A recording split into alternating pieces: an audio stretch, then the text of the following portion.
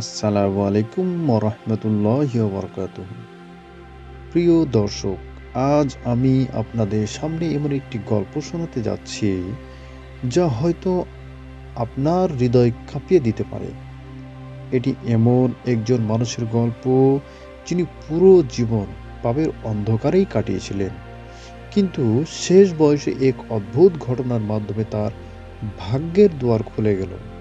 তিনি ফিরে এলেন তার প্রভুর কাছে একটি তওবা ও একটি কান্না দিয়ে। একটি সিদ্ধান্ত বদলে দিল তার পরকাল। আপনি যদি সত্যিকার পরিবর্তন, হিদায়াত আর আল্লাহর রহমতের মহিমা দেখতে চান, তাহলে ভিডিওটি শেষ পর্যন্ত দেখতে থাকুন। কারণ এটি শুধু গল্পই নয়, এটি জীবনের জন্য একটি শক্তিশালী শিক্ষাও হতে পারে আপনার জীবনে। চলুন আমরা গল্পে ফিরে যাই। এক ব্যক্তি ছিলেন, তার নাম আব্দুল হামিদ। ছোটবেলায় তিনি খুব ভালো মানুষ ছিলেন, কিন্তু বয়স বাড়ার সাথে সাথে খারাপ বন্ধু, খারাপ পরিবেশ আর দুনিয়ার লোভ তাকে এমন এক পথে নিয়ে গেল যেখানে থেকে ফেরার পথেই যেন বন্ধ হয়ে যায়। মদ, জুয়া, অশ্লীলতা সবই ছিল তার জীবনের অংশ। মানুষ তাকে দেখলে পথ বদলাতো। তিনি নিজেই বলতেন, আমি এত পাপ করছি যে আল্লাহ কখনো আমাকে ক্ষমাই করবেন না। বছরের পর বছর কেটে গেল, যৌবনের শক্তি দুর্বল হয়ে এলো। মুখের বয়সের রেখা, চোখে ক্লান্তি, কিন্তু পাপের অভ্যাস ছাড়তে পারলেন না। এক রাতে তিনি প্রচণ্ড বুকে ব্যথা অনুভব করলেন। হাসপাতালে নেওয়ার পর ডাক্তার বললেন, হার্ট খুব খারাপ অবস্থায় আছে, আপনার সময় খুব বেশি নেই। একথা শুনে আব্দুল হামিদ জীবনে প্রথমবার কাঁদলেন। তার চোখে পানি যেন বছরের পর বছর জমে থাকা অন্ধকার মুছে দিল। হাসপাতালের জানালা দিয়ে তিনি আকাশের দিকে তাকালেন। রাতের অন্ধকার, কিন্তু তার মন হলো যেন তাকে ডাকছে একটি নরম শান্ত কণ্ঠে, ফিরে আসো, আমার দরজা এখনো খোলা। সুবহানাল্লাহ। পরদিন তার রুমে একজন বৃদ্ধ ইমাম দেখতে এলেন।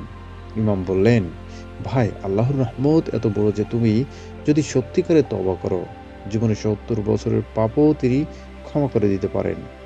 সুবহানাল্লাহ। তারপর ইমাম একটি আয়াত পড়লেন, যেই বর্ণনাটির যে, হে আমার বান্দারা, যারা নিজেদের উপর জুলুম করেছো, তোমরা আল্লাহর রহমত থেকে নিরাশ হয়ে না, নিশ্চয়ই আল্লাহ সমস্ত গুনাহ মাফ করবেন। আব্দুল হামিদ বুক কেঁপে উঠল। তিনি বললেন, তাহলে কি আমার মতো পাপীকে আল্লাহ ক্ষমা করবেন?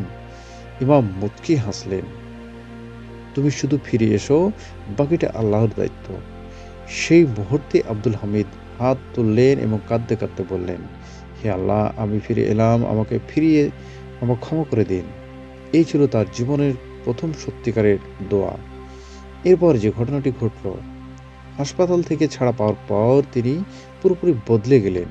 মদ ছাড়লেন, জুয়া ছাড়লেন, খারাপ সঙ্গও ছাড়লেন। যারা তাকে চিনতেও তারা অবাক হয়ে যেত। তিনি মসজিদে যেতে লাগলেন, নামাজ পড়তে লাগলেন, রাতে কাঁদতে কাঁদতে তওবা করতেন। তিনি বললেন, জীবনে যতদিন বেঁচে থাকবো, প্রতিটি নিঃশ্বাস আল্লাহর পথে ব্যয় করব। সুবহানাল্লাহ। কার কখন জীবন যে পরিবর্তন হয় কেউ জানে না। ৩ ট্রান্সফরমেশন, রাত ইবাদত। পুরো পরিবার তার পরিবর্তন দেখে অবাক হয়ে গেল। একদিন ফজরের আগে তিনি স্ত্রীকে ডাকলেন। এরপর বললেন, আমাকে অজু করে দাও, আজ আল্লাহর কাছে যেতে ইচ্ছে হচ্ছে। স্ত্রীও অজু করিয়ে দিলেন। তিনি শান্তভাবে কিবলামুখী হয়ে শুয়ে পড়লেন। কোরআনের আয়াত পড়তে পড়তে তার শেষ নিঃশ্বাস বের হয়ে গেল। ইন্না লিল্লাহি ওয়া ইন্না ইলাইহি রাজিউন। মুখে ছিল হাসি, চোখ ছিল অশ্রুভরা, দাঁত ছিল কামানিয়া, ঠিক যেন কারোর জন্য অপেক্ষা করছিলেন। পরিবার, প্রতিবেশী, ইমাম সবাই অবাক। একজন জীবনভর পাপী, কিন্তু শেষ হলো ঈমান নিয়ে, তওবা হলো আলো নিয়ে। ইমাম জানাজায় দাঁড়িয়ে বললেন, এ সত্যিকারে তওবা করো, আল্লাহ তার শেষ সুন্দর করে দেন। এখান থেকে আমরা যে শিক্ষাটি অনুভব করি, বা আমরা যে শিক্ষাটি শিখলাম, আল্লাহর দরজা সবসময় আমাদের জন্য খোলা থাকে। যত বড় পাপ হোক, তওবা হোক, তিনি ক্ষমা করবেন। শেষ বয়স বললেও কিছু নেই, ফিরে আসতে হলে এখনই আসতে হয়। আল্লাহ কাউকে পরিত্যক্ত করেন না, মানুষের নিজের দূরে সরে রাখে।